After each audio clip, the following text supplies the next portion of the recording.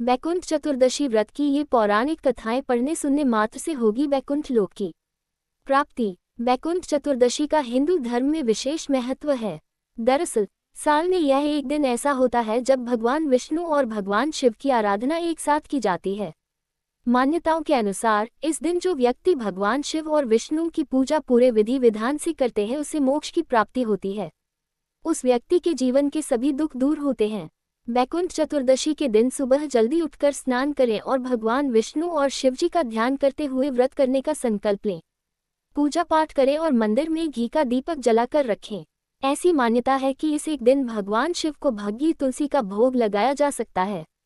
कार्तिक माह शुक्ल पक्ष की चतुर्दशी तिथि का आरंभ 14 नवंबर को सुबह 9:43 AM पर शुरू होगा और अगले दिन 15 नवंबर 2024 को शाम 06:19 पर समाप्त होगा।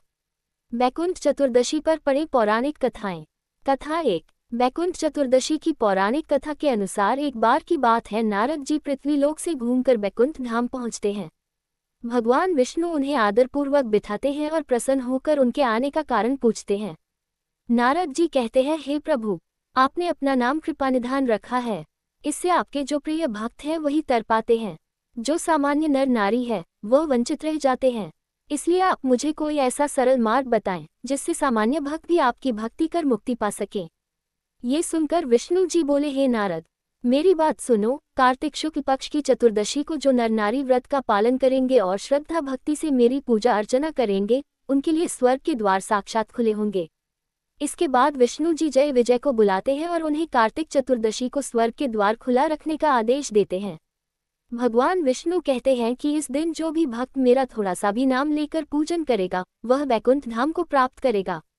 कथा 2। करोड़ों सूर्यों की कांति के समान वाला सुदर्शन चक्र जो शिव जी ने दिया था श्रीहरि विष्णु को। पढ़े कथा। पौराणिक मतानुसार एक बार भगवान विष्णु देवाधिदेव महादेव का पूजन करने के लिए काशी आए।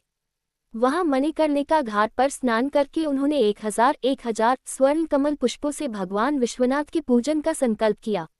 अभिषेक के बाद जब वे पूजन करने लगे तो शिवजी ने उनकी भक्ति की परीक्षा के उद्देश्य से एक कमल पुष्प कम कर दिया। भगवान श्रीहरि को पूजन की पूर्ति के लिए 1000 कमल पुष्प चढ़ाने थे। एक पुष्प की कमी देखकर उन्होंने सोचा, मेरी आंखें भी तो कमल के ही समान हैं। मुझे कमल नयन और पुंडरीकाक्ष कहा जाता है। यह विचार कर भगवान विष्णु अपनी कमल समान आंख चढ़ाने को प्रस्तुत हुए।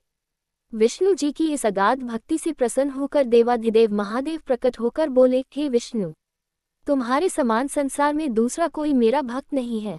आज की यह कार्तिक शुक्ल चतुर्दशी अब बैकुंठ चतुर्दशी कहलाएगी और इस दिन व्रतपूर्वक जो पहले आपका पूजन करेगा उसे बैकुंठ लोक की प्राप्ति होगी। भगवान शिव ने इसी बैकुंठ चतुर्दशी को करोड़ों सूर्यों की कांति के समान वाला सुदर्शन चक्र विष्णु जी को प्रदान किया। शिवजी तथा विष्णु जी कहते हैं कि इस दिन स्वर्ग के द्वार खुले रहेंगे। मृत्युलोक में रहने वाला कोई भी व्यक्ति इस व्रत को करता है वह अपना स्थान बैकुंठ धाम में सुनिश्चित करेगा। कथा 3। जब पापी धनेश्वर ब्राह्मण को हुई बैकुंठ धाम की प्राप्ति। धनेश्वर नामक एक ब्राह्मण था जो बहुत बुरे काम करता था। उसके ऊपर कई पाप थे। एक दिन वो गोदावरी नदी में स्नान के लिए गया।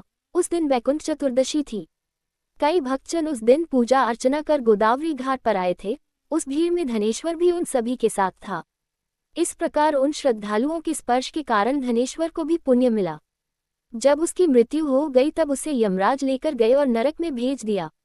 तब भगवान विष्णु ने कहा, ये बहुत पापी है, पर इसने बैकुंठ चतुर्दशी के दिन गोदावरी स्नान किया और श्रद्धालुओं के पुण्य के कारण इसके सभी पाप नष्ट हो गए, इसलिए इसे बैकुंठ धाम मिलेगा।